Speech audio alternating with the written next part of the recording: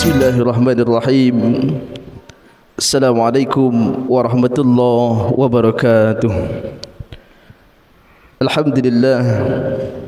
Alhamdulillahilladzi an'amana bi ni'matil iman wal islam. Asyhadu an la ilaha illallah wahdahu la syarika lah. Wa asyhadu anna Muhammadan 'abduhu wa rasuluh la nabiyya wa rasula ba'dah. Allahumma salli ala Muhammad wa ala alihi wa sahbihi wa man tabi'ahum bi ihsanin ila yaumiddin, amma ba'd. Qala rabbi ishrah li sadri wa yassir li amri wahlul 'uqdatam min lisani yafqahu qawli. Rabbi zidna ilma warzuqna fahma. Allahumma faqqihna fid din wa 'allimna at-ta'wil, amin ya rabbal alamin. Bapak Ibu jamaah salat zuhur yang insyaAllah dirahmati oleh Allah Subhanahu wa ta'ala. Pertama-tama mari kita bersyukur kepada Allah Subhanahu wa ta'ala yang mana atas rahmat, karunia serta hidayahnya lah hingga pada siang hari ini kita masih diberi kesempatan, kekuatan, kesehatan dan keimanan oleh Allah untuk hadir di masjid yang kita cintai ini dalam rangka yakninya mengabdikan diri kita kepada Allah melalui salat zuhur secara berjamaah.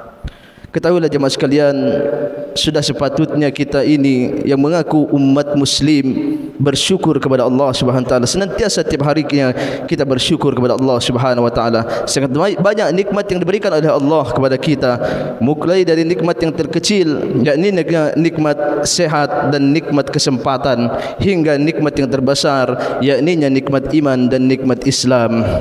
Maka sesungguhnya bersyukur yang sesungguhnya adalah kita senantiasa mengaplikasikan diri kita untuk beramal soleh kepada Allah Subhanahu wa taala.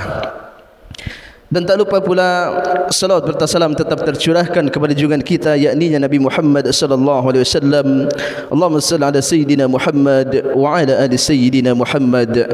Beliau adalah suri tauladan, contoh bagi kita yang mengaku umatnya Rasulullah sallallahu alaihi wasallam. Maka untuk itu kami mengajak kepada diri kami sendiri dan kepada kita semua agar mencontoh Rasulullah sallallahu alaihi wasallam. Apapun profesi kita, apapun kegiatan kita setiap harinya, contohlah Rasulullah sallallahu alaihi wasallam. Jemaah salat zuhur yang insyaallah dirahmati oleh Allah Subhanahu wa taala. Pada kesempatan kali ini izinkanlah saya menyampaikan ada 3 pesan atau wasiat Rasulullah sallallahu alaihi wasallam menjelang beliau wafat. Yang pertama, pesan Rasulullah kepada kita umatnya yakni senantiasalah untuk jangan pernah meninggalkan solat wajib. Solat wajib 5 waktu. Karena kita tahu jemaah sekalian, kenapa Rasulullah berpesan seperti itu? Solat itu adalah tiang agama. As-salatu imanuddin. Solat itu adalah tiang agama. Kemudian solat itu adalah kunci surga. Karena orang yang senantiasa dengan sengaja meninggalkan solat, maka dia telah kufur, dia telah kafir di sisi Allah Subhanahu wa taala.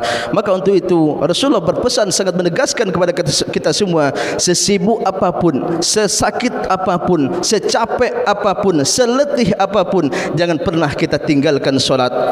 Pernah dalam suatu riwayat Rasulullah sallallahu alaihi wasallam yang tengah sakit, ketika 4 hari menjelang wafatnya Rasulullah sallallahu alaihi wasallam, dia bertanya kepada para sahabat, "Wahai para sahabat, apakah kalian sudah solat?" Kata Rasulullah. "Belum ya Rasulullah," kata para sahabat. "Kenapa belum?" "Kami menunggu engkau ya Rasulullah sebagai pemimpin kami, imam solat kami ya Rasulullah." Ketika itu Rasulullah memerintahkan kepada sahabat untuk mengambil air, lalu Rasulullah berwudu dalam keadaan sakit, lalu dipapahlah Rasulullah itu menuju ke masjid untuk melakukan solat berjamaah, hingga berkali-kali Rasulullah pingsan. Dan akhirnya Rasulullah meminta kepada Abu Bakar, "Wahai Abu Bakar, engkaulah yang bertindak menjadi imam sebagai ganti dari diriku," kata Rasulullah. Begitu pentingnya solat. Coba kita bayangkan jemaah sekalian, Rasulullah sallallahu alaihi wasallam manusia terbaik, manusia pemimpin umat di dunia dan di akhirat nanti, kekasih Allah, dijamin surga oleh Allah, yang pertama kali menginjakkan kakinya di surga, masih begitu beliau menjaga solat. Lalu kita bandingkan dengan kita jemaah sekalian, kita manusia akhir zaman, ulama bukan, hisab masih menegangkan, surga masih belum jelas, masih enggan untuk solat, masih enggan untuk mendirikan solat. Apalagi bagi kita laki-laki, mari kita sentiasa memakmurkan masjid dengan solat berjamaah 5 waktu di masjid. Karena Rasulullah pernah mengatakan tidak dirasa berat oleh orang-orang munafik kecuali melaksanakan solat Isya dan solat subuh berjamaah di masjid. Maka untuk itu kita jaga solat berjamaah, jamaah sekalian. Kemudian begitulah pentingnya solat itu, hingga Rasulullah berpesan sebelum dia meninggal, sebelum dia wafat, dia berpesan jangan pernah tinggalkan solat 5 waktu. Jamaah salat zuhur yang insyaallah dirahmati Allah Subhanahu wa taala. Kemudian yang kedua pesan Rasulullah, yaitu ketika haji wada, Rasulullah berpesan kepada seluruh umat mukmin, umat muslim yang mengaku beriman kepada Allah Subhanahu wa taala, yang bersatu atas kalimat la ilaha illallah Muhammadar Rasulullah. Jadi pesan Rasulullah yang kedua ini, wahai umat mukmin, wahai umat muslim sedunia, bersatulah. Mau apapun bentuk sukunya, mau apapun rasnya, mau apapun bentuk warna kulitnya, negaranya, selagi dia mukmin maka bersatulah, kata Rasulullah sallallahu alaihi wasallam. Karena kita tahu dalam Al-Quran surah Al-Hujurat Allah mengatakan innamal mu'minuna ikhwah. Sesungguhnya orang yang mukmin itu, orang yang mengaku mukmin itu bersaudara.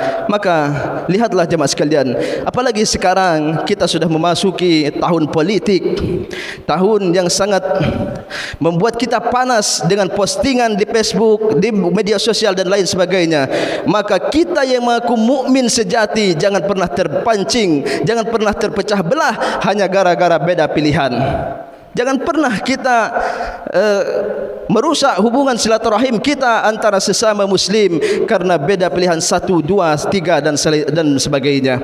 Karena mukmin sejatinya dia paham bahwa innamal mu'minuna ikhwah, sesungguhnya orang mukmin itu bersaudara. Banyak kita lihat yang terjadi di negeri kita jemaah sekalian, karena berbeda pilihan antara 1 dan 2 maka dia terpecah belah, maka dia tidak lagi mengunjungi mukmin yang lainnya. Mereka merasa dia lebih hebat, dia lebih pintar, dan dia yang pemenangnya dalam kontestan pemilu. Jangan sampai kita melanggar hak Islam, hak Allah dalam perjuangan mementingkan kepentingan politik tersebut. Jemaah salat zuhur yang insyaallah dirahmati Allah Subhanahu wa taala, maka ingat saja ketika kita mau berpecah belah, innamal mu'minuna ikhwah, sesungguhnya umat mukmin itu bersaudara. Dalam hadis dikatakan antara mukmin yang lainnya seperti anggota tubuh. Apabila tangannya sakit maka kaki pun merasa sakit, apabila kepalanya sakit maka mata merasa sakit, jadi tidak terlelap tidur. Begitulah harusnya mukmin antara kita yang mengaku mukmin sejati di sisi Allah Subhanahu wa taala. Kemudian yang ketiga atau yang terakhir pesan Rasulullah, jangan pernah tidak bersedekah. Kita yang punya kelebihan harta jemaah sekalian, sedekahkanlah harta kita, infakkanlah harta kita di jalan yang diridhai oleh Allah Subhanahu wa taala. Kita bantu masjid-masjid di lingkungan kita, kita bantu pesantren di lingkungan kita, kita bantu anak yatim di lingkungan kita, kita bantu orang-orang miskin di lingkungan kita. Jangan sampai ada tetangga kita yang belum makan sampai hari ini karena tidak ada biaya untuk membeli beras. Jangan sampai anak yatim ada yang merengek tidak sekolah karena tidak ada duit untuk biaya untuk keperluan sekolahnya. Karena kita mukmin ini bersaudara jemaah sekalian. Benar Rasulullah berpesan kepada Ali bin Abi Thalib, wahai Ali, kata Rasulullah, bersedekahlah secara secara sembunyi-sembunyi, kata Rasulullah, maka sedekah itu bisa memadamkan kemurkaan Allah dan menolak bala. Karena sedekah itu tidak pernah membuat kita miskin, malah Allah kayakan kita dengan sedekah tersebut.